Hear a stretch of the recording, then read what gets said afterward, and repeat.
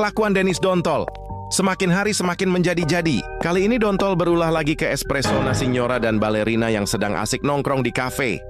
Tanpa permisi, Dennis Dontol tiba-tiba menuangkan es cendolnya ke kepala espresso Signora. Lalu, hukuman apa yang akan diberikan ke Dontol beban ini, cuy?